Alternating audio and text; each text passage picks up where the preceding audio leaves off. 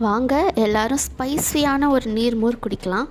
அதுக்கு ஒரு மிக்சர் ஜாரில் புதினா, 2 மிளகாய், ஒரு இஞ்சி துண்டு, கொஞ்சோண்டு கொத்தமல்லி, கொஞ்சம் சீரகம், கொஞ்சம் உப்பு போட்டு நம்ம மிக்சியில் பல்ஸ் மோடில் போட்டு எடுத்துக்கலாங்க. இந்த மாதிரி கொரன்னு அரைச்சி எடுத்துக்கலாம். அடுத்து கெட்டியான தயிர் 1 கப்பு ஊற்றி ஒரே ஒரு அரை விட்டு எடுத்துக்கலாங்க.